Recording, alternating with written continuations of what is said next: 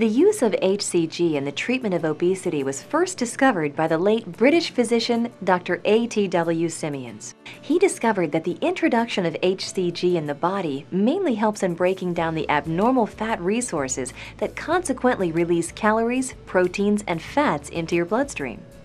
During this process, your body not only gets 500 calories from the diet you are on, but 1,500 to 4,000 calories supplemented from the energy released from your abnormal fat stores. This is entirely different than going on the diet without HCG, as without these drops, the body will go in starvation mode and the metabolic rate will drop. The metabolic rate is maintained by HCG drops, and you achieve a consistent weight loss. If followed correctly, you would lose 1 pound of abnormal fat each day.